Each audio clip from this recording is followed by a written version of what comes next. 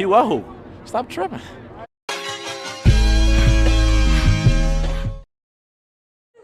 Do's and don'ts for prom!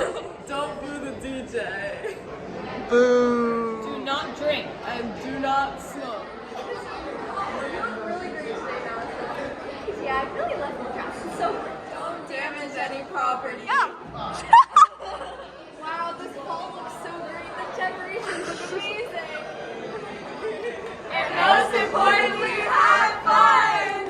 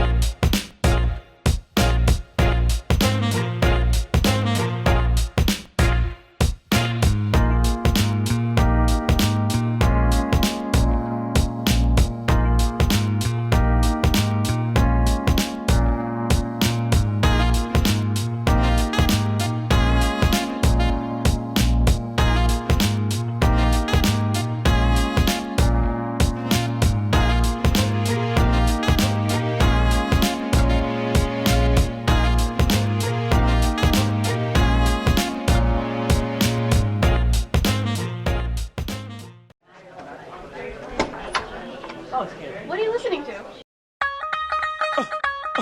It's the rock in the building. Listening to Freeze Tag by Noodle 5. Who is you kidding? Having sheets, I got my chin off. Tell myself a no. Oh, I'm listening to Dot by Girl in Red. Bye. Move on. I'll make a man out of you. Mr. I'll make a man out of you. Jesus Shuttlesworth by Baby Tron. Swedish boys, me and Stan just up AT&T. Splash Bros with it, we just made. Todavía me amas, Buenaventura. Okay, thank you. Huh? What are you listening to?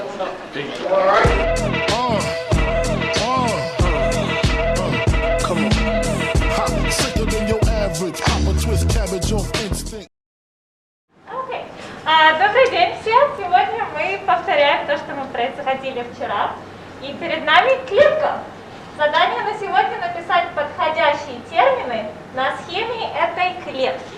Мы уже знаем, что клетки делают синтез белка, который происходит в двух этапах. Транскрипция и трансляция.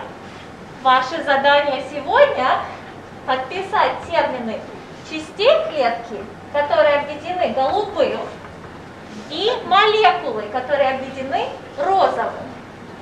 Для начала вы будете общаться со своими партнерами. Давайте обсудим, что вы думаете. От 1 до 6 подходит сюда. Давайте обсудим. What was most challenging? Well, I even studied Russian for 6 years, so I could read the words, and the only thing I really knew was the numbers. So when she's like, oh, what, like, Piat's shades, and I'm like, oh, no, that's left. But everything else, I was like, I know nothing of the science. There was no translation opportunity, so Right. I couldn't Yeah. take it to Yeah. anything Yeah. that I knew and could hang on to. Miss Pankova was doing a lot of like non-verbal gestures, like a lot of like hand motions and stuff. That was helpful. But going really fast, that was very stressful. Yes. So I know my kids who are coming in, my students who are coming in with some background knowledge are making those connections faster than the kids, like Miss Betcher said, that don't have the language. What did you think about writing the words? Oh my gosh. Your reaction Oh was my pretty gosh. funny too, I was writing like the words. having a headache. Like I actually was like, I don't know how to write this, and it was very hard to just like even understand what everything meant. For me, it was, even though, you know, she was speaking fast, and that's, I know it's just like a fast language Right. too, but I think on top of, like, there's so much is happening in our brains, and Yeah. I was trying to keep up with like listening and writing and like translating and cognates, and I just was, I mean, it just was a little stressful. And this is also, by the way, to give you context, if this was a real lesson, this would be the follow-up of what Yeah. students already know. They would have access to their notes, they would have access to diagrams that are similar to this, they would already be familiar with the vocabulary and what those words mean. like you guys were thrown into this with Right. no But I think even background knowledge of if it. it was a second time where we were seeing, or third or fourth, I think it still takes the brain Right. like a lot to process. Yeah. So I think it would still be really hard. And I think we take for granted that there are so many languages who use our letters as Yes. opposed to using a totally different Right. lettering system.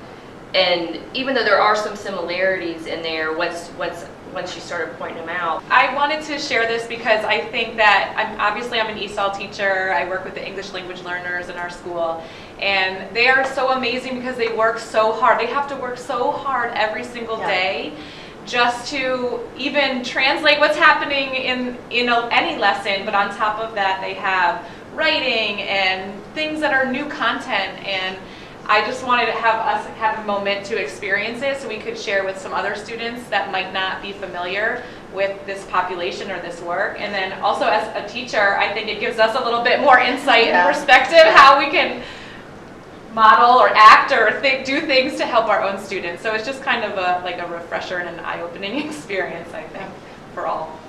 Any other final thoughts or words you want to get in? Thank you for trying your best. That's all we can.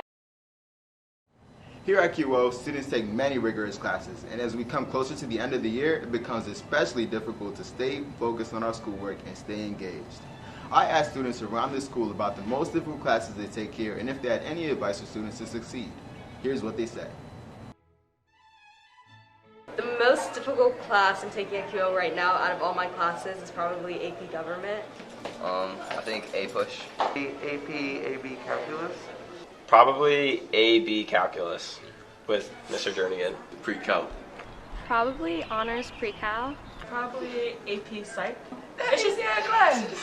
What makes it so difficult? Well, I think it's mostly the homework and the amount of quizzes.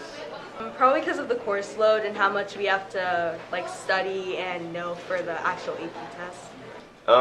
It's an AP level math course, so it's just super hard, and like just the content, it's like one of the hardest math classes at QO. It's just like you have to memorize a lot, and it's like I'm really bad at memorizing. It's just a lot to cover in a short amount of time. Because it don't make no sense, you know what I'm saying? You need a lot of extra help, but it's cool though. You're ugly! I literally I don't even see math. I see as some type of other language. So yeah, that's probably why it's so difficult. I have no idea what's going on in it. Do you have any advice to students who may be taking the same class or any other difficult classes next year? Just go in for lunch help and morning help if you need help, and just work hard and always do your homework. To make sure to take time for yourself to focus on things like your mental health, but also realize that even though the class is difficult, it teaches you how to work hard, and the teachers always have your best interests in mind, even if they make you work. Just study hard and get your work in, and make sure you're reviewing things like slides and notes that you have so you don't miss out on different things that you're supposed to know. Pay attention, but don't spend too much time on stuff you don't need to be reading or studying. For students who prefer slower paced learning or less memorization, what would you recommend?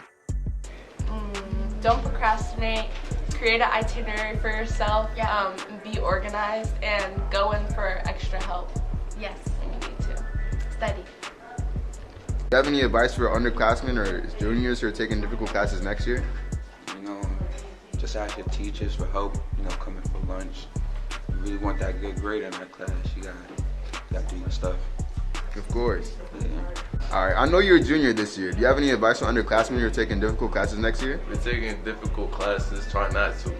But really, you just gotta stay focused. If it's a class that's hard for you, you gotta work harder in that class to try to get a good grade and get extra help in lunchtime and build a good relationship with the teacher and stuff like that, be solid. After talking to so many students, I can confidently say that school is a difficult thing, and you're not the only person who could be struggling. Just make sure you keep your schedule on track, keep a good relationship with your teachers, and keep studying and doing your homework. You're not alone.